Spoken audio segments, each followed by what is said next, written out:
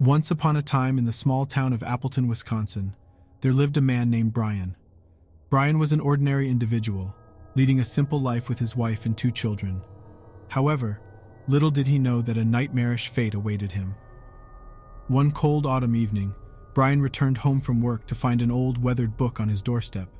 Intrigued by the mysterious find, he picked it up and examined its worn cover.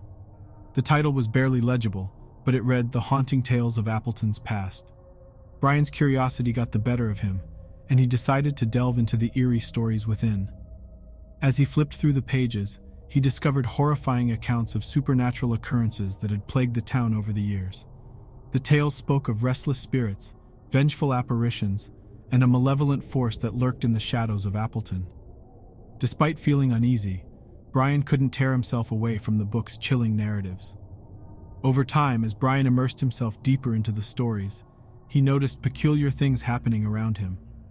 Objects would move on their own, whispers echoed through empty rooms, and a chilling presence seemed to follow his every step. The line between fiction and reality began to blur, and Brian's once peaceful existence transformed into a waking nightmare. Night after night, Brian's dreams were plagued by haunting visions. He saw the spirits described in the book, their ethereal forms tormenting him with their hollow gazes and menacing whispers.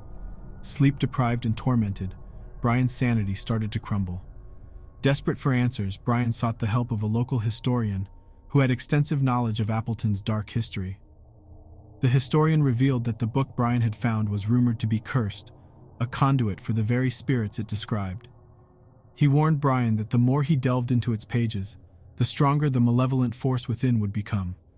But Brian was consumed by an insatiable desire to unravel the mysteries of Appleton's past. He couldn't tear himself away from the book, unable to resist the lure of forbidden knowledge. With each page turned, the haunting became more intense, the apparitions more relentless. As the days turned into weeks, Brian's wife and children grew increasingly concerned. They could see the toll the book was taking on him, the hollowed look in his eyes, and the way he jumped at every creak of the floorboards. But Brian was beyond reason, too consumed by his obsession to save himself or his family. Finally, on a stormy night, the malevolent force within the book manifested itself in the physical realm. The spirits that had haunted Brian's dreams materialized in his home, their ghostly forms filling every corner. Brian's family huddled together in terror as the apparitions closed in on them. With a deafening scream, the spirits attacked, tearing Brian and his family apart, their tormented souls absorbed by the sinister presence that had infested the town. Appleton would forever bear the mark of Brian's tragic descent into madness, a cautionary tale of the consequences of tampering with forces best left undisturbed. And so, in the quiet town of Appleton, Wisconsin, the memory of Brian's fate would serve as a grim reminder that some mysteries are better left unsolved, and some stories are best left buried in the shadows of the past.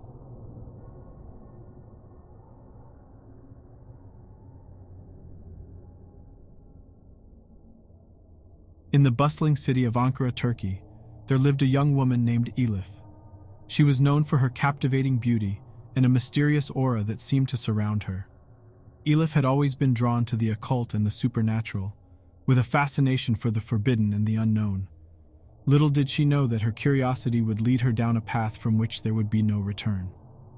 One day, Elif came across an ancient grimoire tucked away in the darkest corner of a dusty bookstore. The worn pages contained cryptic symbols and incantations, promising unimaginable power and forbidden knowledge. Driven by her insatiable thirst for the arcane, Elif couldn't resist the allure of the grimoire and purchased it without hesitation. As she delved into the forbidden pages, Elif began experimenting with spells and rituals, calling upon forces that should have remained undisturbed. She sought to unlock the secrets of the universe, to harness the powers that lay dormant in the shadows. But with each incantation she whispered, the line between the living and the dead began to blur. As the days went by, Elif noticed subtle changes in her surroundings. Strange apparitions flickered at the corner of her vision, and chilling whispers echoed through her apartment. The air grew thick with a sense of impending doom, yet Elif remained determined to unlock the full potential of her newfound powers. Her obsession with the occult consumed her every waking moment. She became increasingly isolated, distancing herself from friends and family who grew concerned for her well-being. They pleaded with her to abandon her dangerous pursuits, but Elif was beyond reason. Her ambition had clouded her judgment, and she would stop at nothing to attain the ultimate power she sought. As her experiments grew more desperate, Elif's physical appearance began to change. Her once radiant beauty withered, her skin paled, and her eyes became hollow and lifeless. The darkness that she had so eagerly embraced had taken its toll, draining her vitality and sanity. In a final, desperate attempt to attain her desired power, Elif embarked on a ritual of unspeakable horror. The ceremony required a sacrifice, a life offered to the forces she had unleashed. With trembling hands and a heart heavy with regret, Elif took the life of an innocent soul, forever staining her hands with blood. But the ritual did not bring her the power she craved.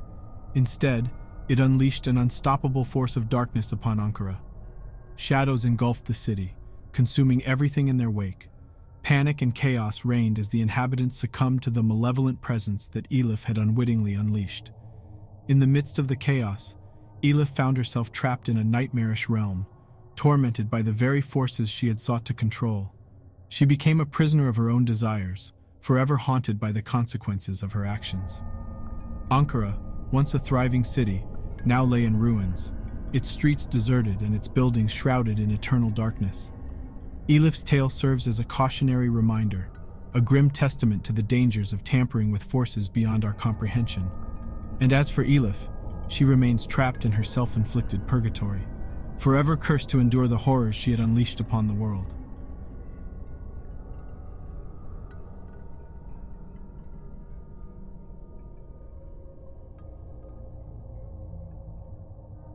In the quiet town of Vianden, nestled deep within the mist-laden forests of Luxembourg, there lived a man named Albert.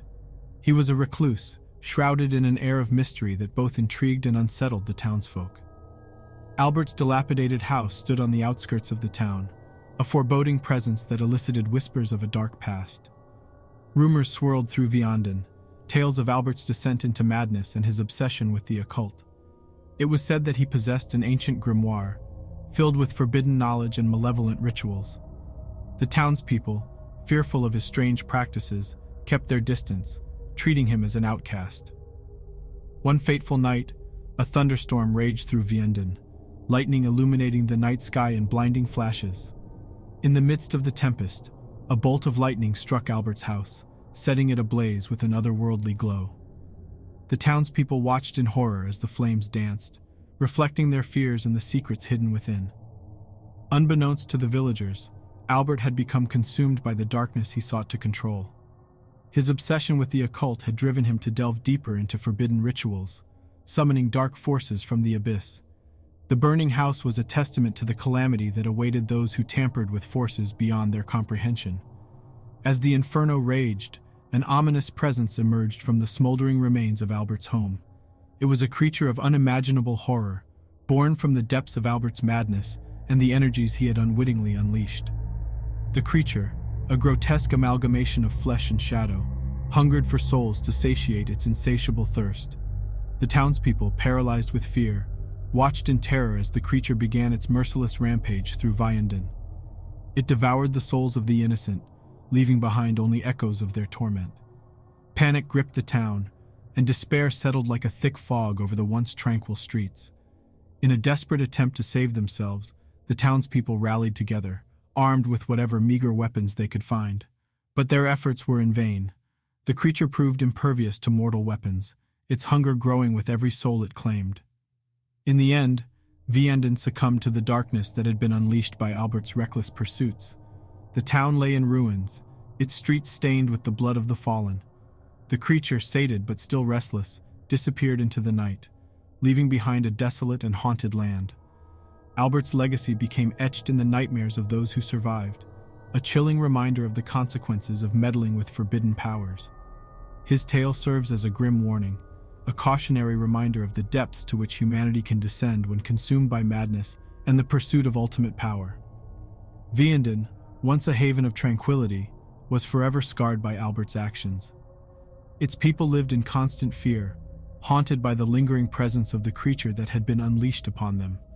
And as for Albert, his fate remains unknown, lost to the darkness that claimed his soul. His name, a curse whispered in hushed tones, a reminder of the horrors that befell Vianden. Thanks for watching today's video. Please consider subscribing and hitting the like button. It really helps us out. And until next time, stay safe and never wander too far from the light.